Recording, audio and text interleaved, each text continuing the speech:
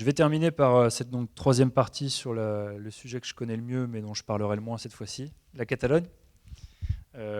Et voilà, ce désir d'indépendance dont vous avez sans doute entendu parler. Ce que j'aimerais vous expliquer, c'est pourquoi il y a autant de gens qui sont devenus indépendantistes ces dernières années. Et pas pourquoi, historiquement, il y a des gens qui veulent l'indépendance en Catalogne. Historiquement, il y a toujours eu 20% de gens en Catalogne qui ont réclamé l'indépendance. C'est des gens qui se réfèrent à une histoire, qui considèrent que la Catalogne dans l'Espagne, c'est une anomalie qui dure depuis 300 ans, mais que la Catalogne n'a jamais rien eu à voir avec l'Espagne, que la langue est différente, et que il faut que ça revienne comme c'était. Ça a toujours été comme ça, 20% indépendantistes, qu'on a toujours trouvé un petit peu rigolo, un petit peu sympathique, mais pas des gens très sérieux. Il n'y a aucun homme politique très sérieux qui réclamait l'indépendance. Et puis petit à petit, en 2010, il se passe quelque chose. En 2010, on a le nouveau statut d'autonomie de la Catalogne qui a été voté en 2005, qui était un nouveau texte de consensus finalement, de consensus entre Barcelone et Madrid, qui accordait plus d'autonomie à la Catalogne, qui définissait mieux les compétences de la Catalogne. Et c'est un texte qui a été approuvé par les Catalans, mais aussi approuvé par le Parlement espagnol, par le gouvernement espagnol. Et finalement, ce n'était pas le texte... Les Catalans rêvaient un meilleur texte, les Espagnols rêvaient un meilleur texte, mais finalement, c'est un texte plutôt pas mal de consensus. Il est voté en 2005. Le Parti populaire, à l'époque, présente un recours contre ce texte, considérant qu'il n'est pas constitutionnel. Et 5 ans après, il faut attendre 5 ans pour que le tribunal constitutionnel suspende ce statut d'autonomie en considérant que, il y avait notamment, on ne pouvait pas mettre dans la Constitution, dans ce statut, que la Catalogne est une nation, par exemple. Il y avait tout un tas d'autres articles qui ont été suspendus. Et ce qui est étonnant, c'est que certaines régions d'Espagne, comme l'Andalousie, ont ces articles-là. Ça pose de problème à personne. Mais lorsqu'il s'agit des Catalans, ça pose problème. Et c'est à ce moment-là, en 2010, qu'une bonne partie de la société, notamment les classes moyennes hautes et des gens qui votaient socialistes, qui pensaient que Zapatero pouvait permettre à la Catalogne de se sentir enfin à l'aise dans l'Espagne, parce que c'est vrai qu'on le sait, il y a eu des relations toujours tumultueuses, énormément de gens font la bascule. Ils disent, écoute, voilà, ça ne sert à rien, on avait un bon texte, ça fait des années qu'on essaie de s'entendre, ce texte-là, c'était finalement le texte du compromis et la dernière chance pour arriver à s'entendre. Nous, on a fait notre job, on a montré qu'on était plein de bonnes dispositions. Encore une fois, on a Madrid qui nous retouche le texte, qui nous le suspend et qui finalement dit qu'on n'est pas une nation et qui finalement ne reconnaît pas ce qu'on est. Laissons tomber, on ne va pas se battre pour une vraie Espagne fédérale ou pour un nouveau projet d'Espagne, on s'en va. Et c'est un sentiment qui parcourt une bonne partie de la société catalane et énormément de gens qui n'auraient jamais voté pour l'indépendance voient l'indépendance comme un projet politique intéressant. Au même titre que dans le sud de l'Espagne, certains voient Podemos comme un projet politique intéressant, de changement de la société. Beaucoup de Catalans, de gauche notamment, voient l'indépendance comme un projet politique intéressant. Donc l'indépendantisme, il monte en Catalogne pour plusieurs raisons, mais il faut bien penser que l'indépendantisme catalan, il faut essayer d'oublier éventuellement ce que vous pouvez connaître ou les a priori qu'on a tous, et c'est normal lorsqu'on est français. Et je n'essaie pas du tout de défendre l'indépendantisme, mais juste de vous l'expliquer. En Catalogne, ce n'est pas forcément un nationalisme. C'est compliqué à expliquer, mais il y a beaucoup d'indépendantistes, ils n'en ont rien à foutre du drapeau. Évidemment, ils parlent catalan et ils aiment leur région, leur territoire, mais ils ne vibrent pas pour l'histoire de la Catalogne, ils ne se lèvent pas en entendant l'hymne catalan. Simplement, beaucoup de Catalans se disent que ça fonctionnerait beaucoup mieux, que leur territoire fonctionnerait beaucoup mieux, économiquement parlant notamment, sans le reste de l'Espagne. Ça fonctionnerait mieux parce qu'il y aurait sans doute une meilleure répartition des richesses. Historiquement, les Catalans considèrent que ce qu'ils versent au reste de l'Espagne, avec ce qu'ils reçoivent en retour, c'est trop déséquilibré. Ils considèrent, et ce n'est pas complètement faux, que Madrid a quand même tout fait pour rééquilibrer rééquilibrer les forces économiques en Espagne. Historiquement, la capitale économique de l'Espagne, c'était la Catalogne et c'était Barcelone. Madrid, c'était la capitale administrative. À Madrid, il n'y a jamais eu de révolution industrielle. Les deux seuls territoires d'Espagne où il y a eu des révolutions industrielles, où il y a eu une bourgeoisie qui s'est développée, curieusement, c'est au Pays Basque et en Catalogne. Et donc, en Catalogne, on a eu souvent le sentiment qu'on était finalement un petit peu persécuté. C'est vrai que ça fait une quinzaine d'années, quand on arrive à l'aéroport de Madrid, on a un métro qui relie directement de l'aéroport au centre-ville, plus un RER. On a un terminal superbe. À Barcelone, il a fallu attendre la semaine dernière pour avoir enfin le métro à l'aéroport de Barcelone. Il y a le projet de relier le TGV à Madrid à l'aéroport. À Barcelone, c'est hors de question.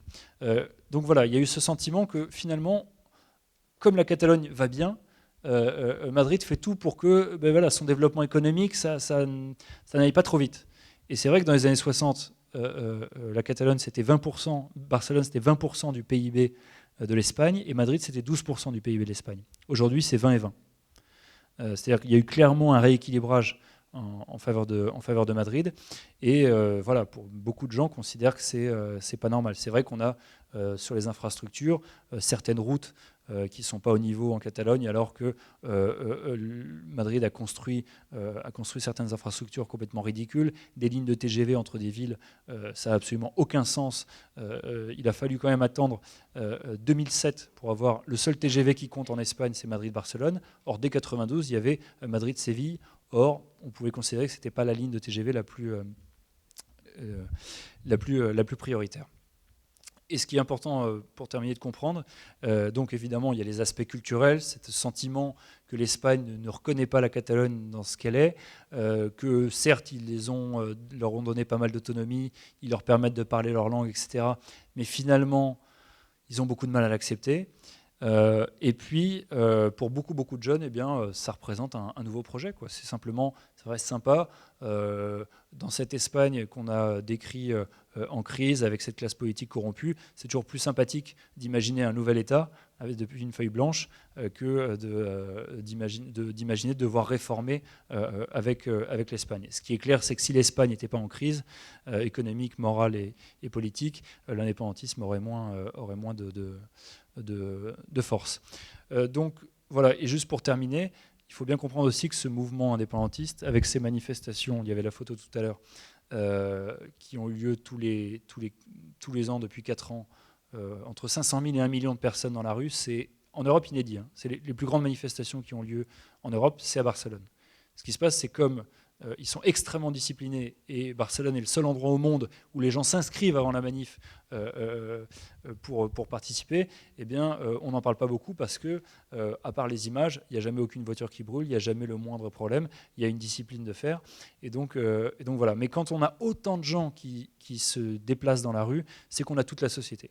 Et donc c'est un mouvement transversal. C'est autant des ouvriers que des médecins, c'est pas que des huluberlus, c'est pas que des gens de droite ou de gauche, c'est vraiment un peu toute la société, même si une autre partie de la société, l'autre moitié on va dire, on l'entend jamais, elle ne manifeste jamais, elle ne s'organise pas, elle est soit contre, soit pas convaincue par l'indépendance. Surtout pas convaincue par comment y arriver. Et je terminerai juste par là sur comment y arriver.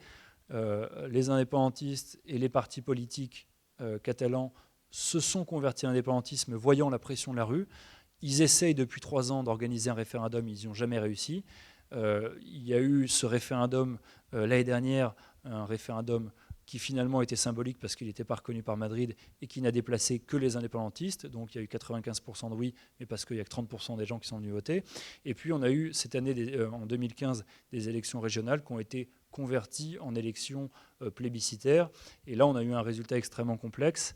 Les indépendantistes l'ont emporté en sièges, mais ils ne l'ont pas emporté en voix. Ils ont eu 48% des voix. Et donc là, on a un nouveau gouvernement catalan autonome, indépendantiste, qui déclare que d'ici 17 mois, la Catalogne sera indépendante. Ce qui semble assez optimiste. À mon avis, ça ne sera pas le cas dans 17 mois. Mais voilà, on a un choc institutionnel. Et il y a bien un moment, on espère qu'il va falloir qu'il se passe quelque chose parce que c'est assez troublant. Et on a le sentiment parfois de vivre dans 2 réalités parallèles. Je viens d'avoir un enfant et je peux vous assurer que quand on l'inscrit à l'état civil espagnol, on est complètement en Espagne. Rien n'a changé malgré les manifestations indépendantistes. Barcelone est tout aussi espagnol aujourd'hui qu'il y a 10 ou 20 ans. mais quand on regarde la télé régionale catalane qui est très nationaliste, eh bien, on a l'impression que ça y est, c'est fait, on peut déjà payer ses impôts en Catalogne. Ce qui est évidemment loin d'être le cas, mais vous aurez peut-être des questions à me poser là-dessus. Voilà, et donc en guise c'était un peu tout ce que je voulais vous raconter, il y a pas mal d'autres choses, mais juste un mot un petit peu plus personnel. Ce qui est vrai, moi je me suis installé en Espagne parce que, pour pas mal de raisons, et j'ai aussi une grand-mère espagnole, mais qui a toujours vécu à Paris. Et ce qui est chouette, je vais beaucoup en France et je suis tout le temps avec les médias français, donc je suis tout le temps dans cette double réalité, voire triple réalité si on ajoute la spécificité catalane. Ce qui moi m'a plu dans l'Espagne, et tout à l'heure quand j'entendais certaines personnes, ça m'émeut quand même de les écouter, c'est qu'on a un peuple qui a vraiment vécu quelque chose de très dur, et qui a trouvé des solutions, qui a trouvé une réponse, qui a trouvé des choses très intéressantes. Et je terminerai juste par cette anecdote. C'est vrai qu'on décrit toujours les Espagnols comme festifs, et c'est vrai, ils sont festifs, et on se surprend de voir pourquoi ils sont toujours dans les bars, etc., alors que c'est la crise. Et moi, j'avais fait un reportage, je suis allé dans une boîte de nuit, et ben ouais, il y a des reportages qui sont difficiles. Et j'ai interviewé un type. Il me dit, moi, l'hiver, c'est simple. Là, je paye plus le chauffage, parce que c'est trop cher. Donc, je mets 3 pulls. Par contre, il est hors de question de rogner sur mon budget gin tonic. Moi, j'ai besoin de sortir. Alors, évidemment, quand on est français, on se dit, mais c'est quoi ces types-là? Ils sont complètement inconscients. En fait, je ne vais pas du tout faire l'apologie du gin tonic, ce n'est pas l'idée. Mais je pense finalement que cette crise-là, elle est là depuis 7 ans. Et que s'ils attendaient que la crise soit terminée pour commencer à s'amuser, profiter un petit peu de la vie, ils peuvent attendre encore longtemps. Et voilà, il y a cette manière assez sympa de profiter de la vie qui est extrêmement agréable.